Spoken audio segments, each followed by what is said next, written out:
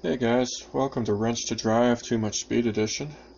Today we're going to have a little video of the Kyosho Fazer running with these great big kind of rally style tires on it. They're actually crawler tires, but they're really small for crawler tires. They're actually about 90 millimeters, guys.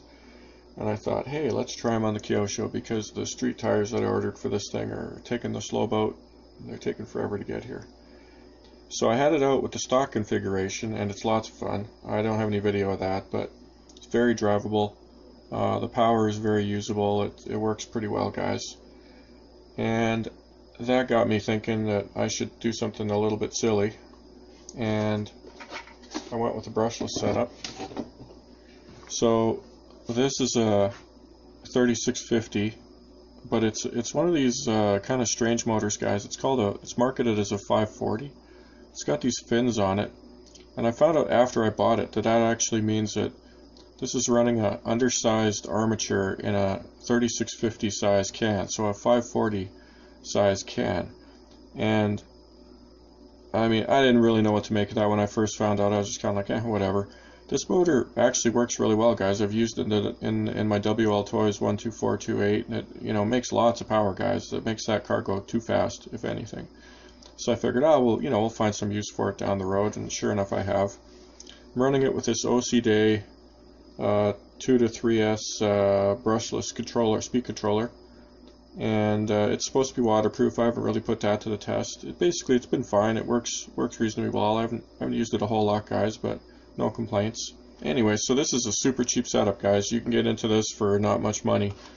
I think the going rate's probably about 30 bucks US, maybe 40 at the absolute most, and at 40 it's probably a little pricey. Anyways, long story short, what I knew when I put this in was that the gearing was going to be on the high side, especially with these big tires. This car is geared fairly high, and then when you add 50% more tire diameter, it's gonna be a big deal, guys.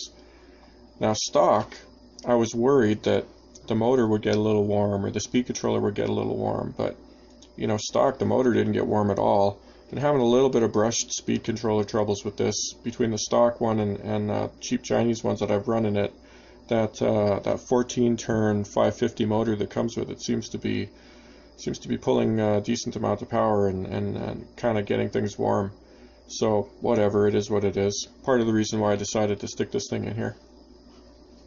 Long story short, guys, holy crap is it fast with this setup in it. And unlike the brushed motor that I was running. You know, the brushed motor didn't get hot, but like I said, speed controller, bit of an issue. This thing, nothing got hot. I mean, nothing. Like and it flies, guys. I don't know what it's geared for right now, because I literally could not even remotely drive this thing at full throttle.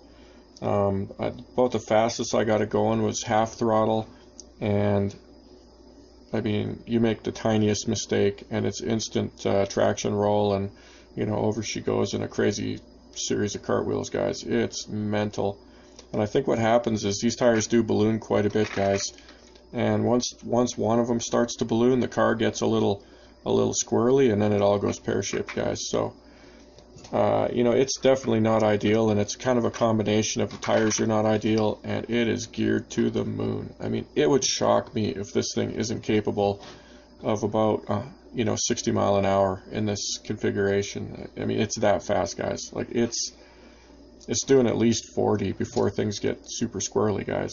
At least. I mean, I'm gonna try and stick a GPS enabled phone in there and get some data logging out of it and see what it's doing. But I mean, I had another car that I played around with that, and it was doing 42 kilometers an hour, which is you know, a little under 30 mile an hour. And I mean, this is a whole nother level of speed, guys. It's way faster.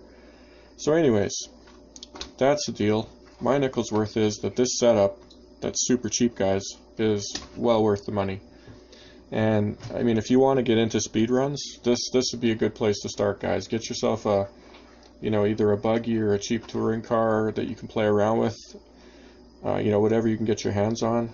Stick this setup in there. She's gonna fly, guys. She's absolutely gonna fly. This is like a 3900 kV, something like that motor, pretty standard. And like I said, small can. Ridiculous battery life. I was running it for a half hour, and when I threw I got a 5200 milliamp hour 2S, and it took 3600 milliamps.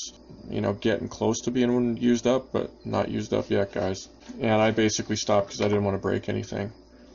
And then if this isn't good enough for you guys, if this setup is not cutting it, and I'm telling you, it's stupidly fast, then you want to go to this motor, which is a Banggood special. It's a GT Skytech.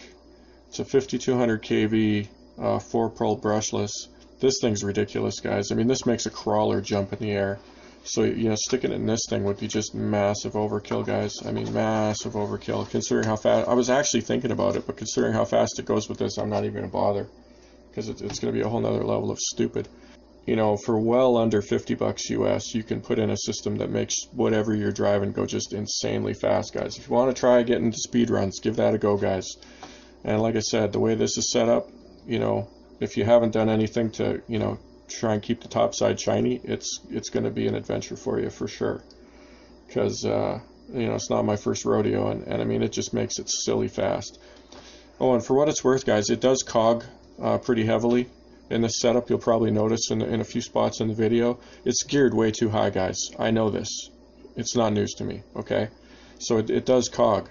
But the interesting thing, guys, is I was expecting that it would get warm. As soon as I saw how bad it was, I thought the motor would get hot. It didn't get hot at all. I was running for like a half hour straight. It did not get hot. It was absolutely, you know, barely warm. And you know, it's like driving a two-stroke, guys. It starts out real sluggish, you know, the bottom, it's once you get it rolling, it's fine, you know, the cogging stops right away, and then you ease into the power, and it, you know, it putts around, it's very drivable. You hold that throttle open, and about a second, half a second to a second after you hold that throttle open, guys, it just comes to life. The power just screams, and it breaks the tires loose, and everything goes squirrely. You know, it's mental, guys. It really is. So there you go. That's my nickel's worth. And like I said, these setups are cheap, guys. The speed controller's like, you know, less than 20 bucks US. Motor, each of these motors is actually, this one's about 20 bucks US. The fancy schmancy one, you know, the nice one. This is about 20 bucks US. The cheap one is under 20 bucks US. It's not very expensive, guys. I've seen it for as little as about 10 bucks US. And as high as, you know, 30, but it's, I mean, you shouldn't pay 30 for it, guys. That's just silly. That's just somebody taking advantage. You know, about 15 bucks US is the going rate for it. Oh, and then with these OC Day speed controllers, if you get one of these guys, There's a programming card for it, so keep an eye out. Usually you can find a combo that has the speed controller motor and a programming card. It's a pretty good deal. You know, if you can't find it, the controller, the programming card is not very expensive for this speed controller, guys. So you know, if you have to buy it, it's going to cost you about $5, not the end of the world. She's fast, guys. She's silly fast. Hopefully you enjoy the video. Oh, another thing, guys. One thing I noticed after the fact, if you like keeping your stuff shiny and beautiful, guys, I was running this in a lot of gravel, and it doesn't show up super well in the video, guys, but when you feel this, it feels like it's been sandblasted. Like the whole bottom of the chassis. Up here, it's nice and smooth. You know, it was nice smooth plastic when I got it. You know, in here, still pretty smooth. Back here, sandblasted. Like literally sandblasted, guys. As you can see, the strap, it's getting slowly eaten away, you know, by just rocks bouncing off it willy-nilly. It's a little hard on it, guys. A little hard on it. Done a lot of wear. So if you want to keep your stuff new, then this is not the mod for you. Oh, and then the 3D printed plastic parts I made, guys. The only one that's a dud is the shock tower. That broke fairly badly on a relatively minor crash.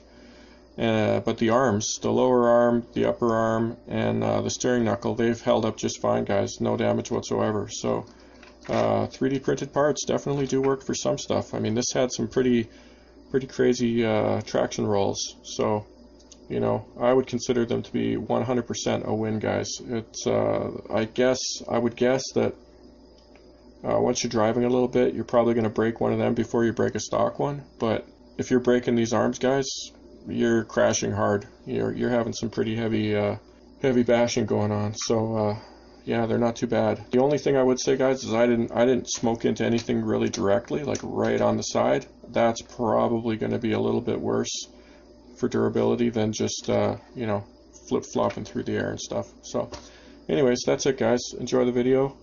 I think I got a few decent shots, so hopefully you get some idea of what it's like driving this crazy thing around in super gravelly conditions. Wrench to drive or drive to wrench.